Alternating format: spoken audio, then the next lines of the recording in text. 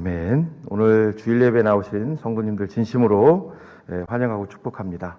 옆에 그 트리를 보면서 어릴 적 생각이 문득 났습니다. 제가 이제 초등학교 다닐 때랑 이렇게 교회에서 보면 크리스마스 시즌이 되면 어른들과 함께 이제 그 야산에 가서 나무를 베었던 기억이 있습니다. 아마 기억나시는 분들도 있을 거예요.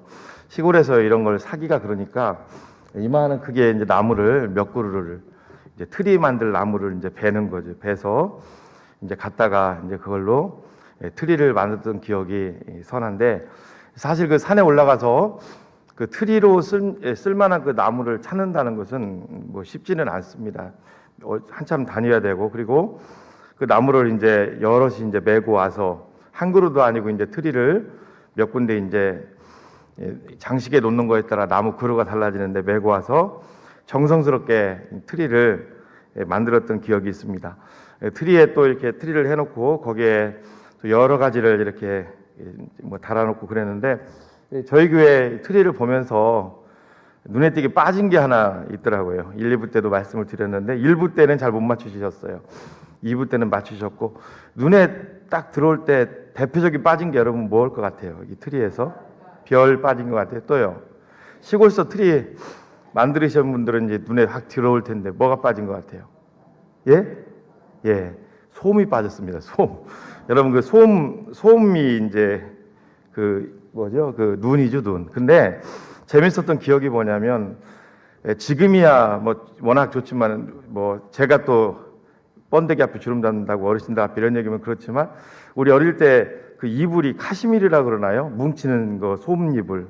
그걸 이렇게 뜯으면 그 안에서 이게 솜이 나오잖아요. 이제 그걸 찢어서 이렇게 솜으로 이렇게 트리에다 장식하고 했던 기억도 있습니다. 참 그 어설프게 만든 트리지만 되게 그래도 기뻤던, 성탄절만 되면 왜 이렇게 마음이 설레고 좋았는지. 또 이 트리를 만들기 위해서도 산에 갔지만, 뭐 예전에 다 경험해 보셨겠지만 시골에서 사신 분들, 겨울이 오면은 산에 올라가서 또 나무를 다 부모님들과 베죠. 베다가 장작도 만들고, 또 밑에 있는 나뭇잎을 다 긁어다가 또 땔감으로 쓰기도 하고, 이제 그렇게 살았는데, 지금 이제 시간이 지나서 이렇게 산을 딱 다녀보면은 지금은 이제 하나님의 축복이죠. 우리나라 어디를 가든지 산림이 잘 조성되어 있고 아주 산이 푸르른 것을 보게 됩니다.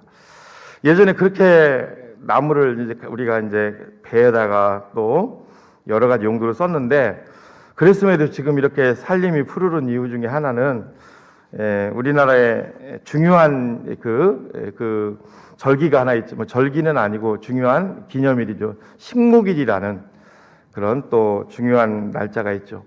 이 식목일일 때 나무를 또 심고 국가적으로도 나무를 조성하고, 또 나무를 나중에는 함부로 베지 못하도록 그렇게 만들고, 그렇게 우리 어렸을 때 씨를 뿌렸기 때문에 지금 어떻게 보면 우리 후손들이 어디를 지금 가든지 이렇게 푸르른 이런 수목들을 보는 것이 아닌가, 그런 생각을 해보게 됩니다. 저는 2023년을 이제 지나보내면서 이 정도 시점에서 하나님 2024년을 앞두고 우리 교회에 지금 필요한 말씀이 뭘까요? 계속적으로 하나님 앞에 기도를 하는 와중에 참으로 안타까운 것은 소망이고, 내년을 위한 소망이고, 기도고, 말씀이고, 그런 것을 주어야 될 이 시점에 하나님께서, 저만 그런지는 모르겠어요, 제 속에 하나님께서 우리 교회를 향한 이 시점에 하나님 주시는 말씀이 너무나 안타깝게도 지난 1년 전, 2년 전 우리 교회 오기 전에 한 번도 경험해 보지 못했어요. 담임 목사를 3년 반을 섬기다 왔지만, 근데 요즘 들어서 하나님 저에게 주시는 말씀이 왜 그런지 모르겠어요. 용서라는 말씀을 주세요. 계속 기도하면 하나님께서 용서라는 말씀을 주제로 설교라는 말씀을 주세요. 여러분 앞에 서 있는 교역자를 하나님이 세우셨을 때는 저는 그냥 세운 것은 아니라고 생각합니다. 교역자를 세우고 거기에 하나님께서 어떤 말씀을 주실 때는 우리 성도들에게 뭔가, 여러분들에게 사회에서든 교회에서든 가족 간에 뭔가 용서를 해야 될 사람들, 뭔가 용서라는 그런 키워드를 가지고 나가야 될 사람들이 우리 교회에 있기 때문에 이게 무거운 주제거든요. 여러분 생각해 보십시오. 2023년 말미면 새해를 꿈꾸고 이제 새해로 진입하면서 2024년을 진입하면서 얼마나 많은 주제들이 있습니까? 그렇죠? 미래에 대한 소망과 기도와 여러 가지 주제들이 있음에도 불구하고 하나님 왜 저에게 계속적으로 주시는 메시지가 지금 12월 17일이면 성탄절도 이제 얼마 안 남았고 이제 송구영신도 얼마 안 남은 이 시점에 왜 하나님이 우리에게 저에게 용서라는 주제를 주실까요? 1부 때, 2부 때, 3부 때 예배를 거치면서 혹시 여러분들 속에서는 지금 누군가를 용서하지 못해서 부글부글 내 속에 끓고 있는 분들이 있다면 2024년도에는 이제는 그것을 끊어버리고 나아가기를 원하시는 하나님의 뜻이 아니든지 다시 한번 이 말씀을 통해서 우리 자신을 점검해 보시는 저와 여러분들 되시기를 주님의 이름 축복합니다. 지금 여러분들 가운데서 용서하지 못하는 분들이 있다면 이제는 용서하고 내년으로 진입하셔야 되고 내년에 또 진입해서 용서하지 못할 상황이 생긴다면 이 말씀을 붙들고 다시 한번 용서를 통해서 누군가를 포용하는 그런 여러분들이 되시기를 주님의 이름으로 축복합니다. 오늘 본문 이 요셉 스토리를 통해서 우리가 붙잡아야 될 진리가 몇 가지가 있는데 첫 번째, 요셉은 따라합니다. 요셉은 용서의 씨를 뿌렸습니다. 요셉하면 떠오르는 게 용서죠, 용서. 창세기 39장 1절 말씀을 다시 보면요. 요셉이 이끌려 애굽에 데려가매 바로의 신하 대장 애굽 사람 보디발이 그를 그리로 데려간 이스마엘 사람 손에서 요셉을 샀다고 성경은 기록하고 있습니다. 여러분, 요셉이 왜 말도 안 통하는 그 이집트 땅에 10대 후반의 그 나이에 끌려가야 했을까요? 그 형들에 의해서, 형들의 모함을 받고 형들의 그에 의해서 억울하게 요셉이 팔려간 겁니다. 여러분, 요셉이 이 이집트 땅에 끌려가면서 어떤 생각을 했을까요? 자기를 형들에게 심부름을 보는 아버지가 원망스러웠을 겁니다. 그리고 자기를 그냥 애굽 땅에 팔아넘기기 전에 먼저 어떻게 하려고 했습니까? 구덩이 속에 집어넣어가지고 요셉을 죽이려고 했습니다. 여러분, 말도 안 통하는 그런 미디안 상인에게 이끌려서 애굽으로 팔려가는 요셉의 심정. 그런데 성경은 어디를 찾아봐도 요셉이 증오하고 미워했다는 얘기는 없습니다. 대신 애굽에 끌려온 요셉에 대해서 성경은 계속적으로 얘기하는 게 형통했다. 그가 형통했다. 자, 창세기 39장 2절 말씀도 같이 한번 보겠습니다. 시작. 여호와께서 요셉과 함께 하심으로 그가 형통한 자가 되어 그의 주인 애굽 사람의 집에 있으니. 여러분, 요셉의 삶은요, 애굽의 노예부로부터 시작해서 계속적으로 그가 어려워집니다. 요셉의 삶이 가장 안타까운 게 뭐냐면 20대에 가장 인생에 있고 꽃다운 나이가 없다는 거예요. 10대 후반에 끌려와서 국무총리가 30살이 됐으니까 그 10대 후반에 그 꽃다운 시절이 없다는 겁니다. 사랑하는 여러분, 그러나 성경은 그러한 요셉의 삶에 대해서 형통했다고 얘기합니다. 형통했다. 하나님께서 요셉과 함께 하심으로 형통했다. 그리고 그가 그 주인 애굽 사람의 집에 있었다. 여러분, 이때 당시는 대부분의 그 부유한 사람들이 이집트에서 종들을 여러 거느리고 살았습니다. 그리고 대부분의 또 종들은, 특히 젊은 종들은 다 밖에 나가서 중노동을 해야 했습니다. 근데 요셉은 보디발의 집에서, 가정에서 일을 했다는 거, 이것도 하나님의 은혜죠. 사랑하는 성도 여러분, 오늘 우리의 삶도 마찬가지입니다. 우리의 삶에 용서 못할 일이 오더라도 우리는 예수 그리스도께서 우리를 위해서 먼저 십자가를 지셨다는 사실을 늘 마음에 간직하고 있기에 누군가를 용서해야 될 줄로 믿습니다. 창세기 39장 3절을 계속해서 보겠습니다. 그의 주인이 여호와께서 그와 함께 하심을 보며 또 여호와께서 그의 범사에 형통하게 하심을 보았더라. 요셉은 분명 애굽에서 노예로 있으면서 어려운 가운데 있었지만 성경은 그의 삶이 형통했다고 했고, 그리고 그의 하는 모든 일이 하나님께서 복을 주셨다고 계속적으로 얘기하고 있는 것을 보게 됩니다. 오늘 우리의 삶도 마찬가지입니다. 사랑하는 성도 여러분, 우리는 우리 힘으로 이 땅을 살아가야 될 존재들이 아닙니다. 전적으로 주님의 은혜로 살아가야 될 줄로 믿습니다. 전적으로 주님의 은혜로 살아가야 될 줄로 믿습니다. 여러분, 이 땅에서 우리가 지금 누리고 있는 것들이 얼마나 그게 은혜롭고 정말 하나님의 은총 속에 있다는 사실을 우리가 늘 기억하시고, 여러분, 오늘도 내 속에 조금이라도 잘못된 것들이 있다면 다 내어놓으시고 누군가를 용서하시는 저와 여러분들 되시기를 축복합니다. 창세기 39장 4절로 6절을 계속해서 보게 되면 요셉은 이제 보디발의 집에 가정 총무가 됩니다.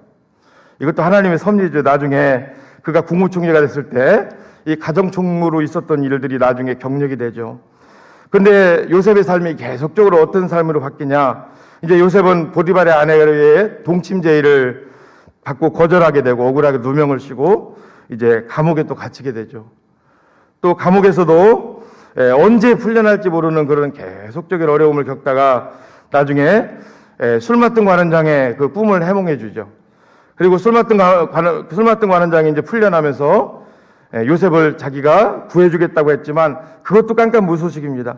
계속적으로 요셉은 어떻게 보면 감옥에서도 기약 없는 하루하루를 살아갑니다. 그럼에도 그는 누군가를 미워하거나 증오하지 않았고 오직 하나님만을 붙들고 하나님 중심으로 나아가는 것을 보게 됩니다.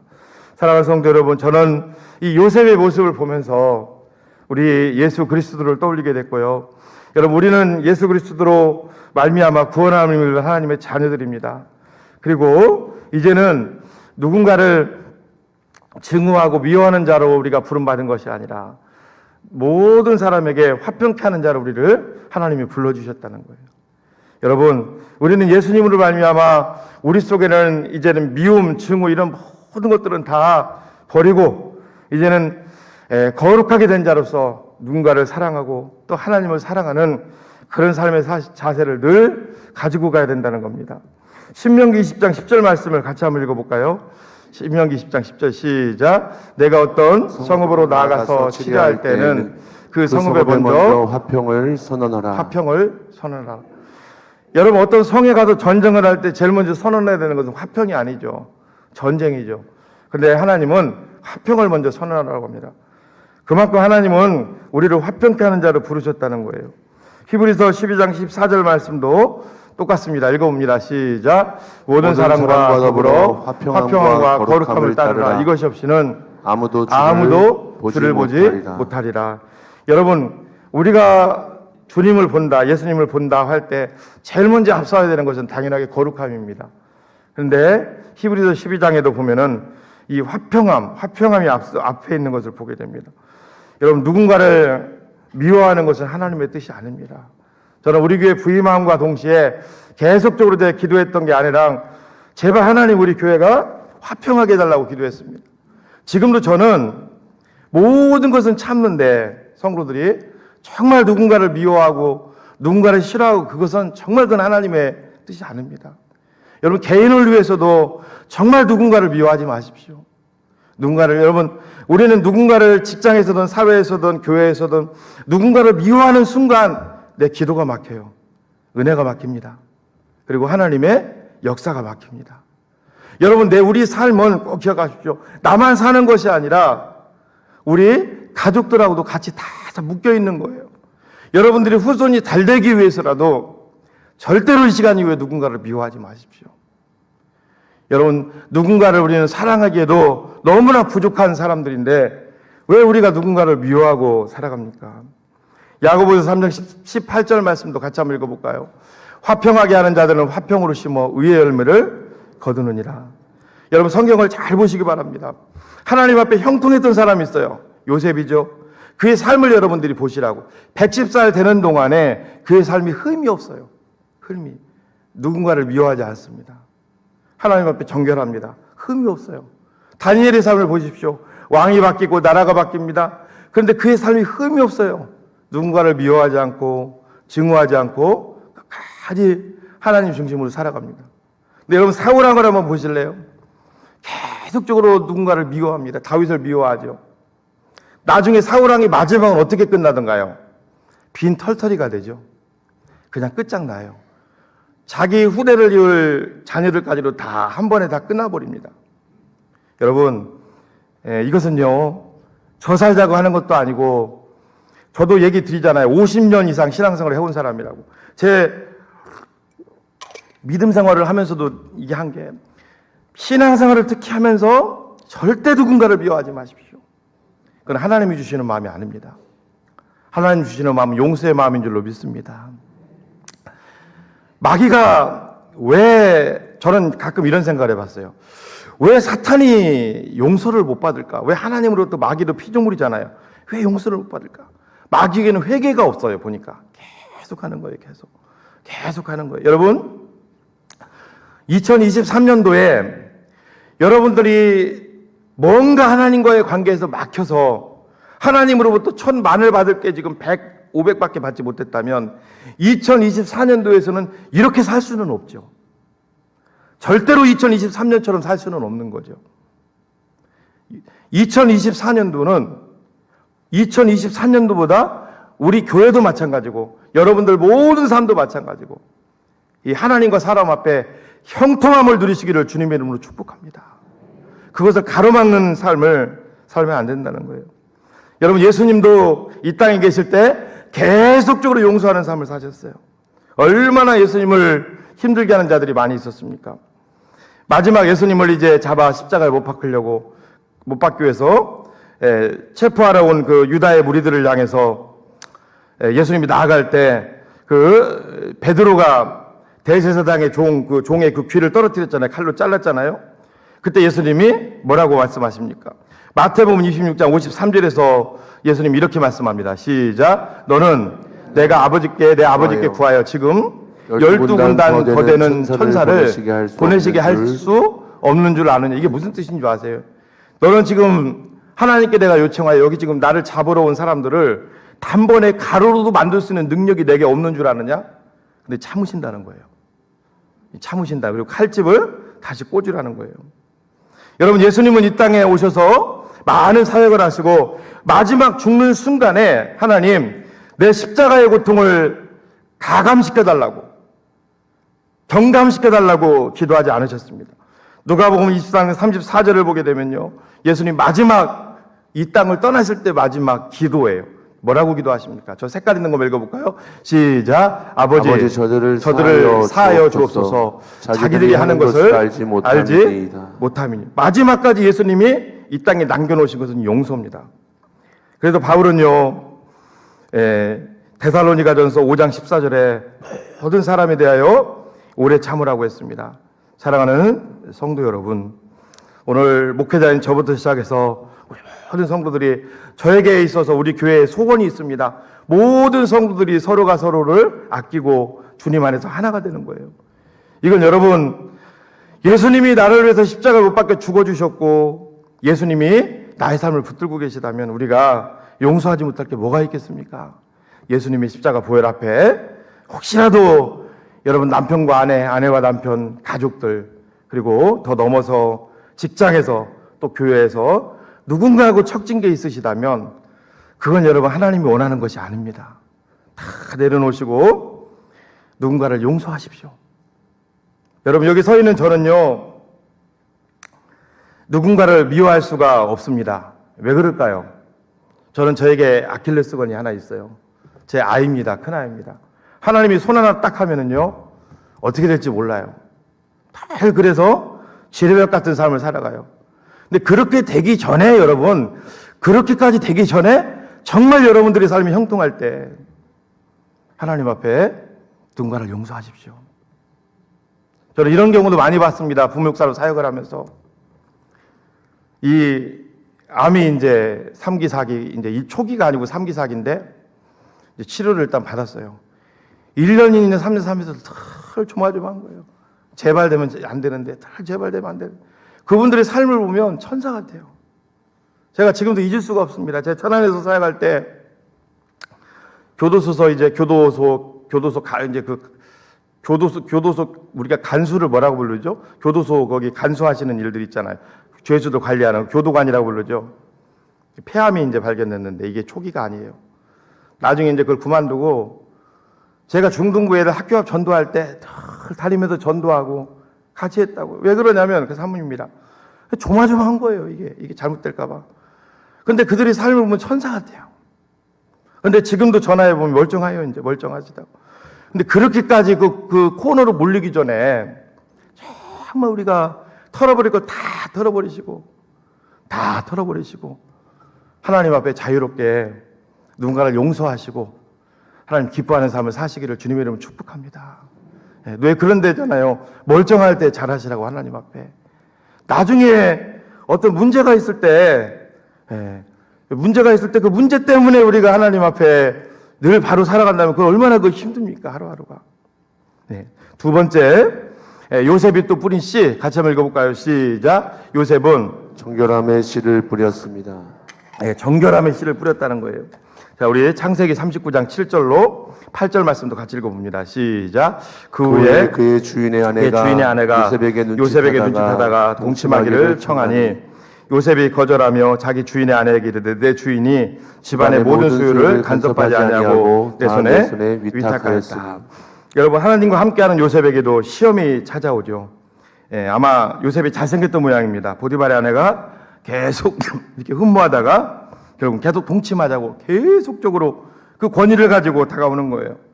오늘날도 사탄이요, 얼마나 우리에게 강하게 역사하는지를 이 보디발의 아내를 통해 요셉과의 그 관계를 통해 알 수 있죠.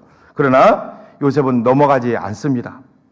그냥 자신의 의지로 넘어가지 않는 것이 아니라 하나님을 굳게 의지하는 믿음으로 넘어가지 않죠. 그게 39장 9절 말씀이죠. 자, 같이 읽어볼까요? 시작. 이 집에는 나보다 큰 이가 없으며 주인이 아무것도 내게 금하지 아니하였어도 금한 것은 당신뿐이니 당신은 그의 아내임이라. 그런즉 내가 어찌 이 큰 악을 행하여 하나님께 죄를 지으리까? 하나님 앞에 어떻게 내가 이 악을 행해서 이 죄를 짓겠습니까?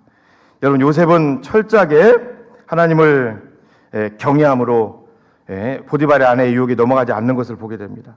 그리고 자기 또 철저한 의지로 말미암아 또 요셉이 어떻게 합니까? 39장 10절 말씀도 같이 읽어볼까요? 시작. 요셉이 날마다 요셉에게 청하였으나 여인이 날마다 요셉에게 청하였으나 요셉이 듣지 아니하여 동침하지 아니할 뿐더러 함께 있지도 아니하. 따라합니다. 함께 있지도 아니하니라. 그렇습니다. 하나님은 아무나 쓰시는 것이 아니라 정결한 사람을 하나님이 쓰시죠. 여호수아 3장 5절 말씀에 봐도요, 이스라엘 백성들이 가나안 땅을 이제 들어가기에 앞서서 하나님께서는 여호수아를 통해서 한 가지 명령을 하시는데, 무기를 확보해라, 뭐 배를 만들어라, 그렇게 명령을 주시는 것이 아니라 여호수아 3장 5절을 보면요, 너희는 자신을 성결하게 하라. 내일 너희 가운데 하나님께서 기이한 일들을 행하시리라. 그렇습니다. 하나님은 어떤 사람을 쓰시느냐? 정결한 사람을 하나님이 쓰시는 줄로 믿습니다. 여러분, 영적으로 육적으로 늘 하나님 앞에 정결하도록 최선을 다하십시오. 영육간에 먹어서는 안 되는 거 함부로 먹지 마시고, 가서는 안 될 곳 가지 마시고, 해서는 안 될 말 하지 마시고, 철저하게 우리 자신을 지키시기 바랍니다. 다니엘서 1장 8절에 보면 다니엘은 바벨론의 그 노예로 끌려갔죠. 그때 그런 뜻을 정해서 왕이 마시는 음식과 포도주로 자신을 더럽히지 않겠다고 굳게 맹세합니다. 하나님은 다니엘을 귀하게 사용하죠. 그때가 10대 후반이거든요. 그러다가 다니엘서 6장에 보면 다니엘이 이제 국무총리가 되잖아요. 국무총리가 되니까 그 밑에 있는 사람들이 기분이 나쁘니까 다니엘을 이제 탈탈탈 털기 시작하는 거예요. 이때가 여러분 다니엘의 나이가 80살이에요. 그러면 무려 60년이 지났잖아요. 여러분, 다니엘이 10대 때 끌려가서 60년이 지나서 지금 80이 됐는데, 이 정도 되면은 뭔가 몸에 흠이 나올 수도 있을 텐데, 성경은 다니엘서 6장 4절에 보면 이에 총리들과 고관들이 국사에 대해 다니엘을 고발할 근거를 찾고자 하나 아무 근거, 아무 허물도 찾지 못하였더라. 철저하게 그가 하나님과 이 사람 앞에 정결한 삶을 살았던 것을 보게 됩니다. 어떨까요? 다니엘의 삶을 보면 울궂죠. 막힘이 없잖아요. 막힘이. 여러분, 반면 다윗을 보십시오. 얼마나 그가 하나님 앞에 신실했습니까? 그러나 그가 밧세바 사건이 일어나고 또 간접 살인을 하고 그때부터 어떻게 돼요? 다윗의 삶을 보면 계속적으로 힘들어지죠. 우리 삶도 마찬가지입니다. 여러분, 어떤 일이 있어도 2024년, 아니 올해 지금부터는 하나님과 사람 앞에 우리가 정결함을 무너뜨리는 일들을 해서는 안 될 줄로 믿습니다. 하나님이 다 보고 계시는 거예요. 어떤 상황 속에서도. 히브리서 기자는 히브리서 4장 15절에 예수님에 대해서 이렇게 고백했습니다. 우리에게 있는 대제사장은 우리의 연약함을 동정하지 못하실 리가 아니요 모든 일에 우리와 똑같이 시험을 받으신 이로되 죄는 없으시니라. 사랑하는 여러분, 하나님은 깨끗한 그릇을 쓰시는 줄로 믿습니다. 좋은 그릇, 강한 그릇을 쓰는 것이 아니라 깨끗한 그릇을 쓰세요. 이사야 66장 20절을 한번 보실까요? 여기에도 이스라엘 민족들이 하나님 앞에 제사를 드릴 때 예물을 깨끗한 그릇에 담아 드린다고 기록합니다. 어떤 그릇이든지 상관없어요. 깨끗할 때 하나님이 귀하게 우리를 쓰실 줄로 믿습니다. 오늘도 이 말씀을 듣고 2주라는 시간이 오래 남았는데 여러분 죄악들이 있다면 다 이제는 털어내시고 깨끗한 그릇이 되어야 될 줄로 믿습니다. 디모데후서 2장 20절과 21절에도요. 큰 집에는 금그릇과 은그릇뿐 아니라 나무 그릇과 질그릇도 있어 귀하게 쓰는 것도 있고 천하게 쓰는 것도 있나니 그러므로 누구든지 이런 것에서 자기를 깨끗하게 하면 귀히 쓰는 그릇이 될 것이다. 여러분, 우리 신앙생활을 절대로 만만하게 보지 마시기 바랍니다. 우리 신앙생활에는 치열한 전투입니다, 여러분. 치열한 전투예요. 정말 치열한 전투입니다. 제가요, 20대 때 은혜를 많이 받고, 정말 저도 20대 때 은혜를 많이 받았습니다. 은혜를 많이 받고, 늘 일을 하든 학교를 가든 뭐 아르바이트를 하든 나갔다가 집에 올 때 그냥 집에 자취방에 들어간 적이 없었어요. 주변에 개척교회에도 가서 꼭 기도하고, 집으로 들어가고, 그리고 아침에 새벽기도 갔다 들어가고, 참 은혜를 많이 받고, 집에도 혹시라도 시험 들까봐 TV 뭐 이런 거 거의 갖다 놓지 않았습니다. 작은 냉장고 하나 아주 소박하게 놓고, 그리고 정말로 하나님 중심으로 살려고 애를 썼어요. 그런데도 엄청난 시험이 계속 와요. 매년 옵니다. 매년 엄청난 시험이.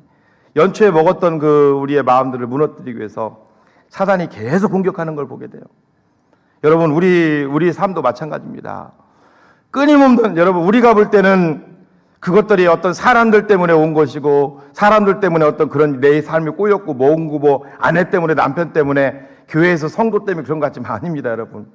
사탄은 우리를 너무나 잘 알기 때문에 우리가 기도와 말씀과 늘 영적 정결함으로 무장하지 않으면 2024년에도 앞으로 우리에게 어떤 일들이 펼쳐질지 알 수가 없어요.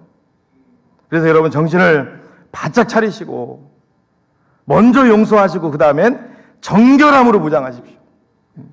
하나님이 우리를 불러갈 때가 언제인지 모르지만 정결함으로 무장하십시오. 여러분, 이 세상에 얼마나 많은 목사님들이 계시고, 얼마나 많은 장로님들이 계시고, 얼마나 많은 중직자들이 계십니까? 다 동일하게 깊이 들어가 보면 누구든지 하나님의 뜻대로 살고 싶고, 누구든지 이 땅을 살면서 하나님이 기뻐하는 일을 하고 싶은 것은 다 똑같아요. 근데 왜 그게 안 되느냐? 우리가 게을러서의 천만의 말씀. 눈에 안 보이지만 마귀가 언제 어디를 통해서 공격이 올지 모른다는 거예요. 그리고 결국은 우리를 아무것도 못하게 만드는 거예요. 아무것도 못하게. 아까도 우리 박지영 우리 성도님, 집사님 우리 간증을 들으셨지만 마귀한테 한번 묶이면 여러분, 한번 묶이면 10년 그냥 후딱 지나갑니다. 10년. 그냥 후딱 지나가는 거예요. 제가 지난번에 말씀을 몇 번 드렸잖아요. 총신대 신학대학원에 굉장히 일찍 갈 수 있는 기회가 있었다고. 제가 30대 중반 이전에 훨씬 일찍 갈 수 있는 20대인가요? 기회가 있었습니다. 근데 그때 그걸 한번 놓치니까 그냥 7, 8년이 훅 지나가요. 그냥 훅 지나가는 거예요. 그럼 그 7, 8년 동안 제가 살림살이가 더 나아지고 뭐 배불렀느냐? 그것도 아니죠. 자기들 다 길이 있는 거예요. 길이. 바울에게도 우리의 달려갈 길이 있다고. 그 길 안 가면요, 하나님이 우리에게 준 길 안 가잖아요. 계속 우리 삶이 꼬여요. 계속 힘듭니다. 여러분, 마지막 세 번째, 하나님은 이 뿌린 대로 우리를 거두게 하시는 분이라는 거예요. 여러분, 그렇습니다. 하나님은 요셉이 뿌린 대로 거두게 하십니다. 억울한 일을 당했어도 그가 용서를 했고요. 그가 하나님 앞에 정결함의 씨를 뿌렸습니다. 그러자 그의 삶은 어떻습니까? 계속 힘들어지죠. 근데 어느 날 때가 딱 되니까요, 요셉이 감옥에 있을 때 하나님이 술 맡은 관원장을 통해서 요셉을 바로 앞에 딱 데리고 오죠. 그리고 바로의 꿈을 딱 해석해 준과 동시에 요셉은 바로 감옥, 언제 죽을지 모르는 그런 인생에서 이제는 어떤 인생으로 바뀌어요? 애굽의 바로왕 다음에 두 번째 애굽의 통치자가 됩니다. 국무총리가 되죠. 그래서 창세기 41장 41절부터 43절을 보면 바로가 요셉에게 이르되 내가 너를 애굽 온 땅의 총리가 되게 하노라. 자기 인장 반지를 빼어 요셉의 손에 끼우고 그에게 세마포 옷을 입히고 금사슬을 목에 걸고 자기에게 있는 버금수레에 그를 태우매 무리가 그의 앞에서 소리 지르기를 엎드리라 하더라. 바로가 그에게 애굽 전국을 총리로 다스리게 하였더라. 여러분, 저는 우리 삶도 마찬가지라고 생각합니다. 우리 삶이 지금 앞이 안 보여도 다 하나님의 때가 있을 줄로 믿습니다. 다 하나님의 때가 있어요. 여러분, 꼭 기도하십시오. 하나님 앞에 어떤 일이든지 기도하십시오. 여러분, 하나님은 반드시 응답하실 줄로 믿습니다. 반드시 하나님은 응답하세요. 여러분. 제가 지난주도 말씀을 드렸나요? 저도 제게에 있어서 큰 기도 제목 중에 하나가 뭐였냐면 남동생이 이제 40이 넘어갔는데 결혼을 못하는 거예요. 근데 저는 이번에 특별 새벽 기도를 엊그제 하면서 3주간 하면서 제가 기도 제목 3가지를 여러분 같이 기도해달라고 그랬잖아요. 3가지를 같이 작정할 때 저도 저를 위해서도 작정했습니다. 그 중에 하나가 제 남동생 결혼이었어요. 기도가 이제 끝났어요. 3주가. 아무 응답이 없어요. 응답이 없죠. 동생이 물어봐도 내가 혹시라도 물어봤어요. 여자친구 생겼냐? 그랬더니 없어 그러더라고요. 이제 40이 넘으니까 안 붙죠. 이제 없어 이제 그러더라고요. 근데 한참 지나고 났는데 우리 교회가 아니에요. 이것도 다른 교회 권사님이 저한테 전화가 오셨어요. 동생 결혼했어요 그러더라고요. 그래 지금 없어요 사람. 그랬더니 세문안교회 다니는 권사님 딸이 좋은 딸이 있는데 소개시켜 주겠다는 거예요. 그때 내 마음속에 드는 게 이게 하나님 기도 응답 같은데. 그래서 이제 만나게 했죠. 그랬더니 양쪽에 이제 상황을 들어봤어요. 참 신기해요. 그전에는 서로가 계속 이쪽이 좋으면 이쪽이 싫고 이쪽이 좋으면 또 이쪽이 싫고 계속 그랬는데 물어보니까 어때요? 그랬더니 좋대요. 물어보니까 이쪽도 좋대요. 여러분 제가 이 얘기를 왜 드리냐면 정말 하나님은 살아계십니다. 할렐루야. 여러분 정말 하나님 살아계십니다. 여러분 정말 하나님 살아계세요. 저는요 결혼도 40일 아침 금식 계속 안 되면 금식 딱 끝나면 또 금식하고 금식 끝나면 금식해서 결혼도 하나님 앞에 이렇게 했고요. 둘째 아이가 미숙아로 태어나고 아내가 너무 힘들었어요. 7개월인가 8개월인가 하여튼 미숙아로 태어나고 머리도 찌그러지고 또 뭐 문제 있다 해서 서울대병원 갔더니 뭐 기형아 뭐 얘기하고 굉장히 힘들었습니다 제가. 그러니까 아내가 이제 셋째 하니까 막 벌벌벌벌 하더라고요. 그냥 벌벌벌벌 해요. 얘기도 꺼내지도 못하게 해요. 벌벌벌. 근데 제가 주일날 목사님 그 설교를 듣는데 생육하고 번성하라는 그 말씀을 듣는데 제 마음에 이게 꽂혔어요. 진짜로 꽂혔거든요 제 마음에. 그래서 아내한테 얘기했더니 택도 없는 소리 하지 말라고 그러더라고요. 택도 없는 소리 하지 말라고. 왜냐면 아내도 그렇잖아요. 미숙아로 태어나고 막 양수 터지고 그거 다 힘드니까 봤잖아요. 아주 그냥 꺼내도 못하게. 근데 어느 날 아내가 이제 무장 해제돼서 왔어요. 말씀 듣고 아내도 똑같이 받은 거야. 똑같이 받은 거야. 그러더니 정말 금방 애가 이제 들어섰어요. 근데요, 신기한 게 뭔지 아세요? 셋째인데 그게 우리 서연인데 그 하나님께서 그러니까 아이 태어나는 거 자연분만으로 잘 태어나게 하셨고 태어나서 그 있잖아요. 병원비 그런 것도 조인 통해서 10원 하나 안 받게 하시고 하나님이 다 인도하시는 거예요. 다. 아주 철저하게 지금까지 하나님께서 막내를 인도하는 걸 보면서 이게 참 여러 가지 하나님의 그 뜻에 아내도 순종하고 저도 순종하고 제일 어떻게 보면 저희 집에서 편하게 키워요. 애도 워낙 밝고 전 전주 가서도 금방 애들 막 이게 해가지고 친해져가지고 막 그냥 막 나중에 학생회 무슨 부회장인가 나올 때 보니까 전주 간지 얼마나 됐다고 이 티켓에 전주 사람 권서연 이래가지고 얼마나 웃겼는지 몰라요. 언제 그 사람이 몇 년 됐다고 전주 사람 권서연 해가지고 아주 오랫동안 산 사람처럼 그러더니 또 여기로 오더니 또 금세 또 애들 또 몰고 다니고 이게 하나님 뜻에 순종하니까 그래요. 오늘 간증하려고 제가 안 했는데 어디 좀 갔다 왔어요. 사실은 제가 저쪽 남쪽 뜨거운 집 갔더니 도시 얘기 나오고 석가모니가 딱 크게 앉아 있는데 갔다 왔어요. 아주 굉장히 좀 힘든데 갔다 왔는데 목사님 이게 설교 때 간증이 좀 나오면 여러분 목사님 설교 준비 안 되셨네 그렇게 생각하시고 넓은 마음으로 여러분들 좀 하세요.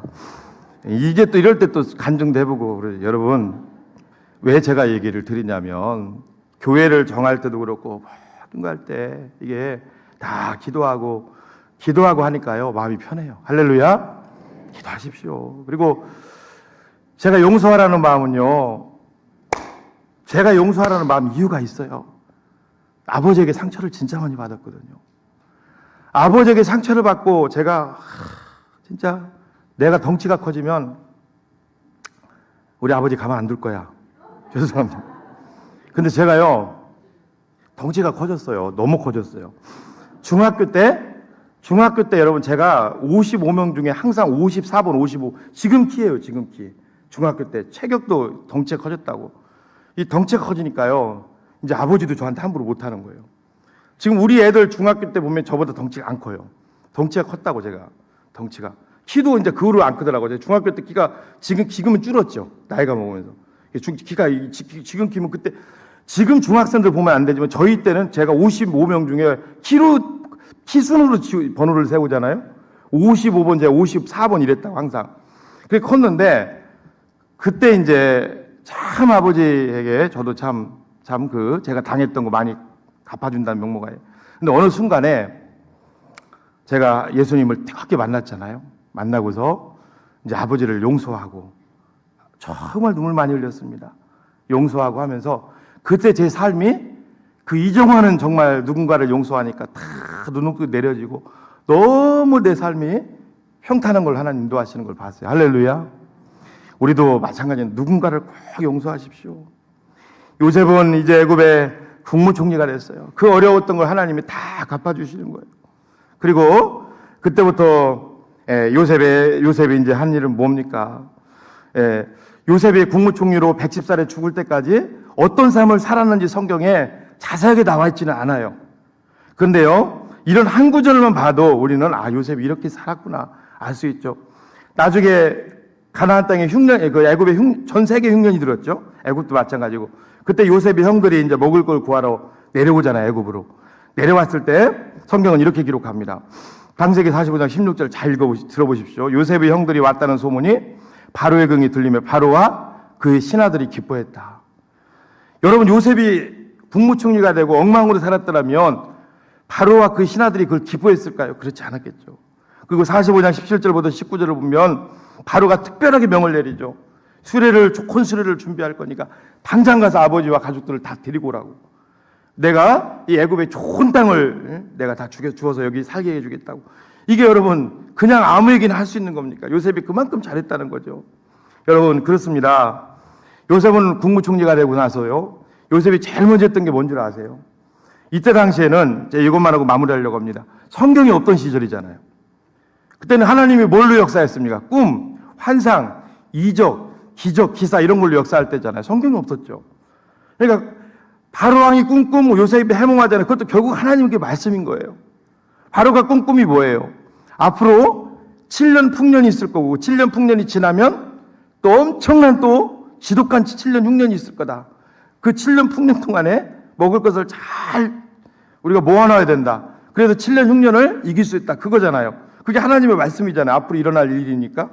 요셉이 국무총리가 다 되고 나서 했던 일이 뭘까요? 자, 41장 46절부터 한번 읽어볼까요? 좀 띄워주시고 시작. 요셉이 애굽왕 바로 앞에 설 때 30세라 그가 바로 앞을 떠나 애굽 온 땅을 순찰하니 7배 풍년에 토지 수출이 심히 많은지라. 요셉이 애굽 땅에 있는 그 7년 곡물을 거두어 각 성에 저장하되 각 성읍 주위에 밭에 곡물을 그 성읍 중에 쌓아두매 쌓아둔 곡식이 바다 모래같이 심이 많아 세기를 그쳤으니 그 수가 한이 없음이었다. 여러분 이게요 말이 쉽지요. 이때 당시 여러분 애굽의 왕조는요 정통 애굽 왕조가 아니에요. 힉소스 왕조라고 셈족입니다. 셈족. 그래서 어떻게 보면 요셉을 국무총리로 둔 거예요. 요셉도 당연히 정통 애굽 사람이 아니죠. 셈족 계열의 이스라엘 사람이죠. 자 보십시오. 아무리 국무총리라고 해도 애굽 전역을 다니면서 이제 앞으로 10년 이상 이제 지금 이제 풍년이 시작됐으니까 7년이니까 앞으로 10년이 지나면 엄청난 이제 아니죠? 10년이 아니죠. 7년이 지나면 엄청난 흉년이 이제 올 거라고. 그때 다 죽을 수 있으니까 음식을 다 먹을 것을 저장해야 된다고. 이걸 믿을 사람이 누가 있어요? 그것도 여러분들이 한번 돌아가 보라고 이때로요. 이때 당시로. 여러분 누구든지요. 백성들도 누구든지 다 양식 귀한 거 다 아는 거예요. 여러분 양식이 많이 되면 우리 같아서 뭘 할까요? 그걸 쌓아놓을 사람이 어딨냐고 빨리 그걸 팔아서 땅도 사고 하겠죠. 그렇죠? 누가 외국인들한테 팔 수도 있고. 그런데 그것을 다 창고를 짓고 할 때 누가 선뜻 그걸 따라주겠냐고요. 안 따라주죠. 그래서 요셉이 성경에는 이 정도만 나왔지만 철저하게 다니면서 사람들을 설득하고 하나님을 의지하지 않았겠는가. 여러분 제가 여기서 지금 설교를 하고 있지만 앞으로 2년 후에 예? 온 국민이 전 세계가 다 재앙으로 뒤덮는 이제 흉년이 오니까 우리 먹을 걸 지금 한 끼만 먹고 식량을 지금 다 이게 비축해야 됩니다. 이렇게 설교를 목사님들마다 할 때 누가 믿겠냐고요, 그거를. 아무도 믿을 사람 없죠. 그렇죠. 이러면 믿을 거예요. 지금 뭐 굉장히 지금 메말랐고 뭔가 지금 먹을 게 없고 막 그렇다면 앞으로 5년, 10년 후에는 더 심해집니다. 그러면 그건 정신이 번쩍 들겠죠. 그런데 지금 풍족한데 그걸 누가 믿어요? 요셉은 철저하게 이 일을 했다는 거예요. 하나님의 말씀을 삶 속에서 실천한 거죠. 오늘도 마찬가지입니다.